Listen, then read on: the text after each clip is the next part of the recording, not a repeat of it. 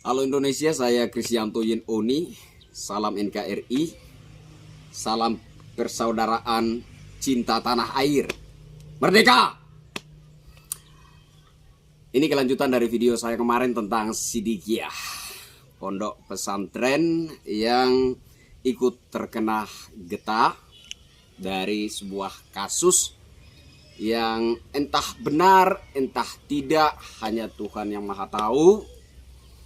Dan tergantung apakah aparat akan menyelidiki semuanya secara objektif, jujur dan apa adanya, sehingga hasilnya nanti akan benar-benar murni, ataukah hukum akan kalah dengan permainan politik, baik dalam internal pondok pesantren Siddiqiyah maupun dari pihak eksternal. Kita serahkan kepada Yang Maha Kuasa, karena Dialah yang kuasa atas segala-galanya. Amin, amin, amin. Saudara-saudaraku sebangsa setanah air, pertama-tama saya ingin ucapkan banyak terima kasih atas doa-doa kalian buat diri saya, atas tanggapan saya terkait kasus percabulan yang ikut menyeret nama besar pondok pesantren Siddiqiyah Jombang. Saya mendapat banyak sekali doa, ya. Di kolom komentar video saya itu ada ratusan doa, bahkan mungkin mencapai 1000 doa untuk diri saya. Dan sejujurnya saya sangat terharu. Terima kasih untuk doa-doa kalian semua buat diri saya. Sekali lagi salam hormat, salam persaudaraan cinta tanah air. Nah, ternyata ini adalah sebuah yel-yel yang sepertinya sudah menjadi filosofi pondok pesantren Siddiqiyah Jombang. Persaudaraan cinta tanah air. Wow. Ini menunjukkan kepada kita bahwa memang pondok pesantren Siddiqiyah Jombang adalah sebuah pondok pesantren yang super nasionalis. Wow. Dan menurut saya organisasi keagamaan yang nasionalis seperti ini patut diapresiasi, dan semoga semakin banyak organisasi nasionalis seperti salah satunya pondok pesantren Siddiqiyah Jombang. Nah, selama ini yang kita kenal, termasuk saya, selama ini yang saya kenal hanya NU Muhammadiyah. Ternyata selain NU dan Muhammadiyah, ada juga pondok pesantren Siddiqiyah yang super nasionalis, luar biasa. Nah, saya kira cukup jelas di video saya kemarin bahwa saya tidak berniat atau sama sekali tidak punya maksud untuk membela yang namanya kejahatan, ya. Dalam narasi saya juga saya pikir jelas bahwa saya tidak ada membela oknum pelaku kejahatan. Yang saya sesalkan adalah ketika ada suatu tindak kejahatan dalam lingkungan pondok pesantren yang dilakukan oleh seorang oknum. Sekali lagi, ketika ada suatu tindak kejahatan yang terjadi di lingkungan pondok pesantren yang dilakukan oleh seorang oknum, kemudian pondok pesantrennya ikut terkena getahnya, jelas ini menimbulkan suatu tanda tanya serius yang patut untuk dianalisis. Karena kejahatan itu dilakukan oleh oknum siapapun dia. kebetulan saja oknum yang terseret dalam kasus kali ini adalah anak seorang kiai pengasuh Pondok Pesantren Siddiqiyah. Lantas apakah karena dia adalah seorang anak kiai, pondok pesantrennya harus ikut terkena getahnya? Menurut saya tidak seperti itu. Dan kemudian yang anehnya lagi, kasus ini belum ada putusan hukum positif. Saya dengar-dengar katanya sudah sementara disidangkan. Tapi belum ada keputusan yang menerangkan bahwa tersangka telah terbukti secara sah dan meyakinkan melakukan perbuatan melawan hukum. Kalau seandainya sidangnya sudah selesai dan putusan hukum positif itu sudah jelas, baru kemudian ada eksekusi. Kalaupun perbuatan yang dilakukan oleh anak kiai itu menyebabkan pondok pesantrennya ikut terkena getahnya. Tapi persidangan baru saja dimulai. Belum ada keputusan yang resmi. Belum ada keputusan yang sah. Tapi sudah ada eksekusi. Menurut saya, pencabutan izin operasional Pondok Pesantren Siddiqiyah yang terjadi kemarin meskipun hanya 3 hari, itu adalah sebuah bentuk eksekusi. Kenapa dieksekusi? Karena kasus percabulan.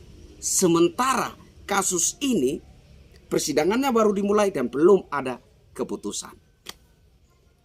Ini yang menurut saya janggal, menimbulkan tanda tanya dan patut untuk kita analisis. Nah, kemarin ada beberapa hal yang saya singgung. Melihat dari beberapa faktor itu, saya menyimpulkan bahwa kasus percabulan yang terjadi di lingkungan Pondok Pesantren Siddiqiyah Jombang tidak murni. Salah satu yang menjadi penekanan saya kemarin adalah sebelum kasus itu mencuat dan menghebohkan jagat Nusantara, ada terjadi sengketa perebutan hak waris. Nah, saya mendapat sebuah informasi lagi bahwa sang kiai ternyata memiliki 2 orang istri. Dan kedua orang istri ini tidak bisa mengklaim mana istri pertama, mana istri kedua. Kenapa? Karena yang satunya dikawini terlebih dahulu, tetapi yang dikawini kemudian lebih dahulu disahkan pernikahannya secara agama. Jadi yang disahkan pernikahannya secara agama bukan yang pertama dikawini, tetapi yang kedua dikawini itulah yang disahkan pertama secara agama. Jadi yang dikawini pertama tidak bisa mengklaim dirinya istri pertama, yang satunya kemudian juga tidak bisa mengklaim dirinya istri pertama. Nah, tentu saja ini menimbulkan polemik dalam internal keluarga sang kiai. Tetapi melihat daripada situasi, mengamati situasi yang terjadi saat ini, sepertinya sang oknum yang diduga telah melakukan tindak pidana percabulan terhadap beberapa santri, oknum inilah yang sepertinya mendapat lebih banyak perhatian dari sang kiai. Dan oknum inilah yang sepertinya diandalkan sebagai pewaris daripada pondok pesantren dan beberapa usaha sang kiai. jelas ini akan menimbulkan kecemburuan sosial bagi anak sang kiai atau anak-anak sang kiai dari istrinya yang satunya lagi. Wajar sekali kemudian dalam keluarga sang kiai itu terjadi konflik. Wajar saja kalau kemudian dalam keluarga sang kiai terjadi perselisihan. Wajar saja. Dan seperti yang saya katakan kemarin, bahwa ketika saya terlibat dalam suatu persoalan perebutan hak waris, maka saya sama sekali tidak akan objektif. Setiap kesempatan, setiap isu, setiap peluang yang ada akan saya manfaatkan semaksimal mungkin demi menguntungkan pihak saya. Saya kira terlepas dari persoalan kasus percabulan, sentimen perselisihan, perebutan hak waris inilah yang menjadi pemicu mencuatnya kasus percabulan. Ini hanya pendapat saya berdasarkan pengamatan yang saya lakukan seputar kasus percabulan di lingkungan Pondok Pesantren Sidikiyah yang ikut menyeret nama besar Pondok Pesantren Sidikiyah, merusak citra Pondok Pesantren Sidikiyah, merusak nama baik Pondok Pesantren Sidikiyah, dan mengancam keberadaan dan operasional Pondok Pesantren Sidikiyah. Saya temukan ada beberapa komentar di video saya kemarin yang mengatakan bahwa sang kiai melindungi oknum pelaku kejahatan. Semestinya persoalan ini tidak berlarut-larut, tetapi sang kiai lah yang melindungi oknum pelaku kejahatan. Saya jawab di sana bahwa sang kiai tidak melindungi oknum pelaku kejahatan. Sang kiai melindungi darah dagingnya sebagai pertanggungjawaban moral. Kenapa? Karena sebagai seorang ayah, tentu saja ada benih-benih perasaan bersalah. Naluri kemanusiaannya tentu saja berbisik. Inilah akibatnya Anda mengawini 2 istri.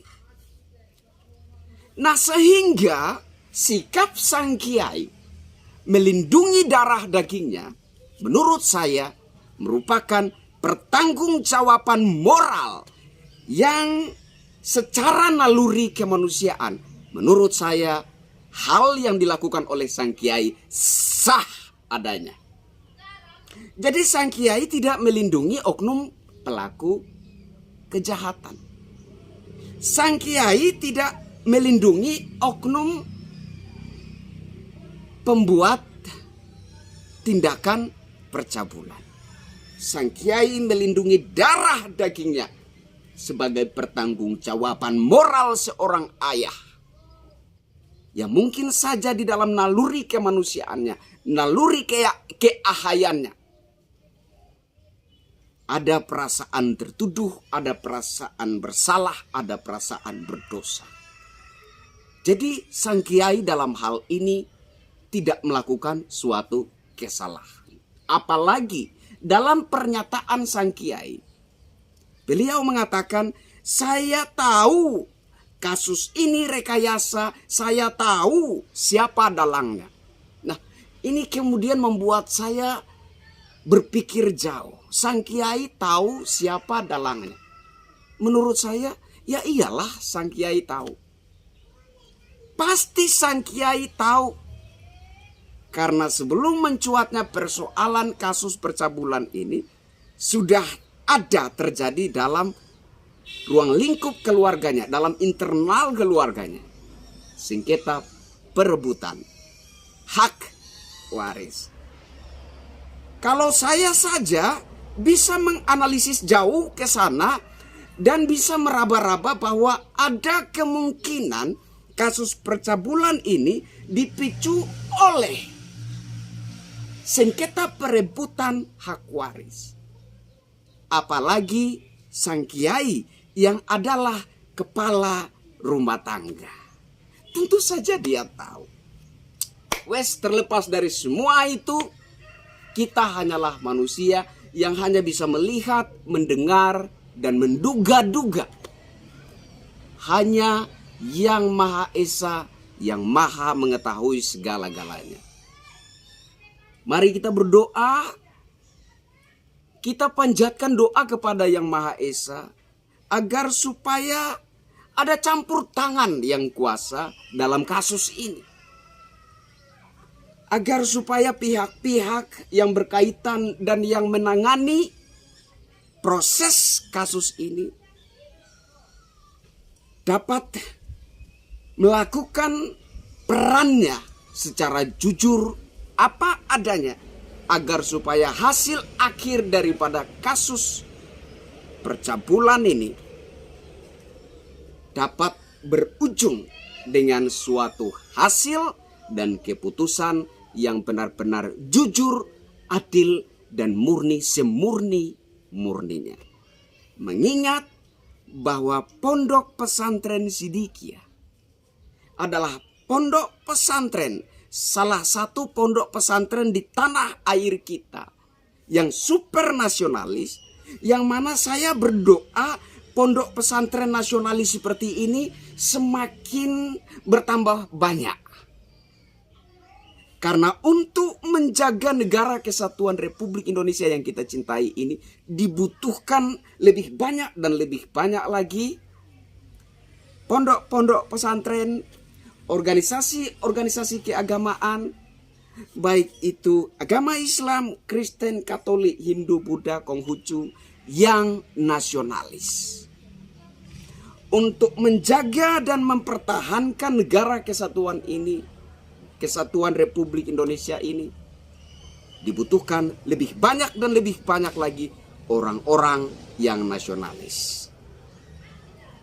Mari kita satukan hati, satukan pemikiran bahwa kita membutuhkan organisasi-organisasi keagamaan yang nasionalis, super nasionalis, seperti NU, Muhammadiyah, dan juga Sidikiyah. Perkuat tali silaturahmi, perkuat tali persaudaraan. Karena selamanya kita akan menjadi saudara dalam kemanusiaan meskipun berbeda suku, ras, agama, antar golongan. Biarlah kita hidup rukun dan saling melindungi dalam bingkai NKRI yang berbineka tunggal ika. Saya Krisyanto Yen Oni, salam persaudaraan cinta tanah air. Merdeka!